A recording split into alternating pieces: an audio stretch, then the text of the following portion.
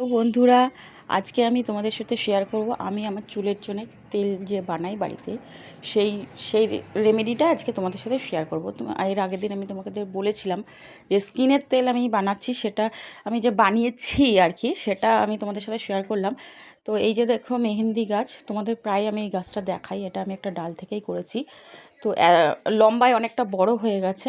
আমি বলছিলাম দুদিন ধরে গাছটা কাটিং করতে হবে। তো কাটিং করব, মানে এই তেলটা বানাবো বলে একটু লেট করছিলাম। তেলটা বানাবো মানে পাতাগুলো যাতে ওয়েস্ট না হয়ে যায়, নষ্ট না হয়ে যায়। আর এখানে আমি নিয়ে নিয়েছি কিছু কারি পাতা। তো ওই মেহেন্দি পাতা আর কারি পাতা আমি এই তেলের মধ্যে দেব। কারি পাতার গুণাগুণ তোমাদের সাথে তো আর নতুন করে বলার আমার কিছু নেই। আর মেহেন্দি গাছ তো অবশ্যই চুলের একটা খাদ্য, মানে মেহেন্দি যে পাতাটা আমরা হাতেও ব্যবহার করি আর চুলেরও খাদ্য, যেটাকে হেনা বলা হয়, আমরা হেনা করি।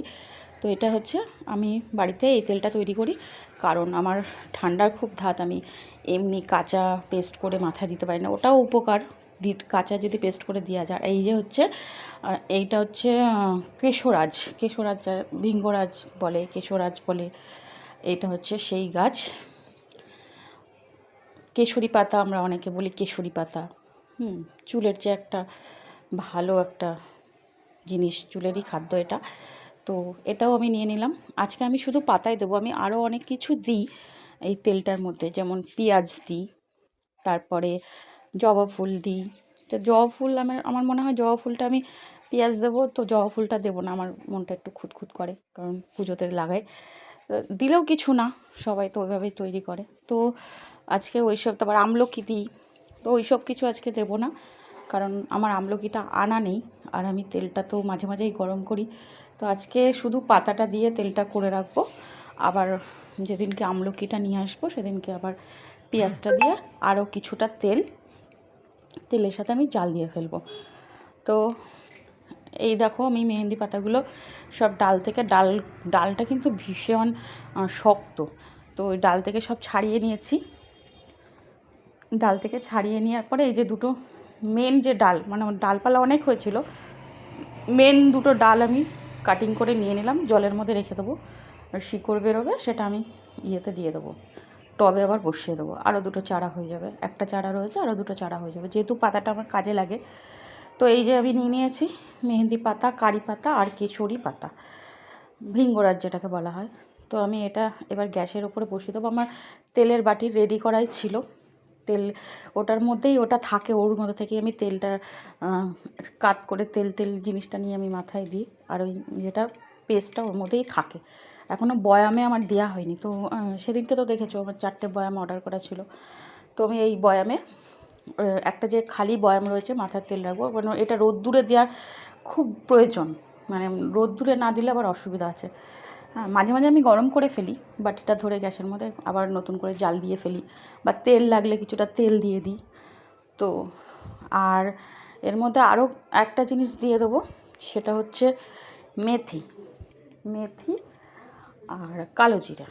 পাতাগুলো আমার দেওয়া হয়ে গেল, সব দেওয়া কম নেই, অনেকগুলো পাতা হয়েছে। তো যেহেতু ডালটা কেটে ফেলেছি, তাই পাতাটা একটু বেশি হয়েছে। তো পাতাতে অসুবিধা নেই, পাতাগুলো যখন তেলে পড়বে তখন অল্প হয়ে যাবে। আর এই যে মেথি আর কালো জিরে আমি গরম করে এমনি রোদ্দুরে দিয়েছিলাম একটুখানি। রোদ্দুরে দেওয়ার পরে একটু অনেকে আস্তই দিয়ে দেয়, তো আমি আস্তটা দিলাম না, একটু শিলনোড়ায় সামান্য একটু আদা পেশা করে ওটা তেলের মধ্যে দিয়ে দিলাম। কারণ আমি মনে করি যে একটু সামান্য আদা পেশা করে দিতে পারলে জিনিসটা তেলের মধ্যে, তেলটা ওর মধ্যে ঢুকতে পারবে তাড়াতাড়ি, শুধু গোটা আস্ত দেওয়ার থেকে। তো আমি এটাকে একটু শিলে পিষে নিলাম, নিয়ে তেলের মধ্যে দিয়ে দিচ্ছি। তো এই হচ্ছে আমার মাথার তেলের রেমেডি। আরও বললাম তো আমলকি ওগুলো আমি দিই, ওগুলো যেদিনকে দেবো সেদিনকে তোমাদের সাথে শেয়ার করব। তো এই হচ্ছে আমার আজকে মাথায় আমি কী কী দিয়ে ভেষজ, মানে আয়ুর্বেদিক ভেষজ দিয়ে কী দিয়ে আমি তেলটা তৈরি করি, সেটাই তোমাদের সাথে আজকে শেয়ার করলাম। এটা আমি অনেক দিন ধরেই করছি, আর এই বাটির মধ্যেই থাকে, এখনও পর্যন্ত বয়ামে দিইনি। ওই বাটি ধরেই রোদ্দুরে দিই, বাটি ধরেই একটু জাল দিয়ে দিই।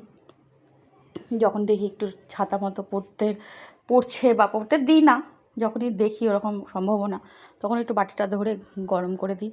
তো তোমরাও বন্ধুরা যারা আমার ভিডিও দেখছো, তোমরা এটা ট্রাই করতে পারো, খারাপ না, সবাই জানো চুলে এই যে আমি জিনিসগুলো দিয়েছি এগুলো চুলেরই খাদ্য, অসুবিধা নেই, তোমরা দিতে পারো, লাগাতে পারো, ভালো হয়, চুলটা ভীষণ সিল্কি হয় আর চুলের গ্রোথও হয়, ছোটো ছোটো চুলও গজায়।